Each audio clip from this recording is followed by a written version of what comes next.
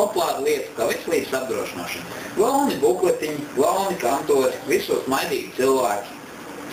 Iekšā rakstīts, veselības apdrošināšana nav greznība, bet dzīves nepieciešamība, darbspējas un dzīves kvalitātes garantija. Tādēļ esam izstrādājuši apdrošināšanas programmas jebkuras veselības problēmas risināšanai un profilakse. Veselības apdrošināšana atlīdzina pacientu iemaksu ambulatorās un stacionārās iestādēs, maksas ārstniecības pakalpojumus, medikamentu iegādi, zobārstniecības un zobu procesēšanas pakalpojumus. It kā skaisti, viss gan forši, bet pirms sāc izmantot veselības apdrošināšanu, rūpīgi iepazīties ar savu apdrošināšanas programmu noteikumiem. Šāds bukleti ir daudziem apdrošinātājiem, taču vai rakstīties saskan ar realitāti. Manā gadījumā radās vajadzība pēc akūtiem stomatologu pakalpojumiem, devos piezvanīt pa ceļam arī viņai, protams. Bet gala rezultātā apdrošinātāji man atteicās veikt izdevumus par zobu izraušanu.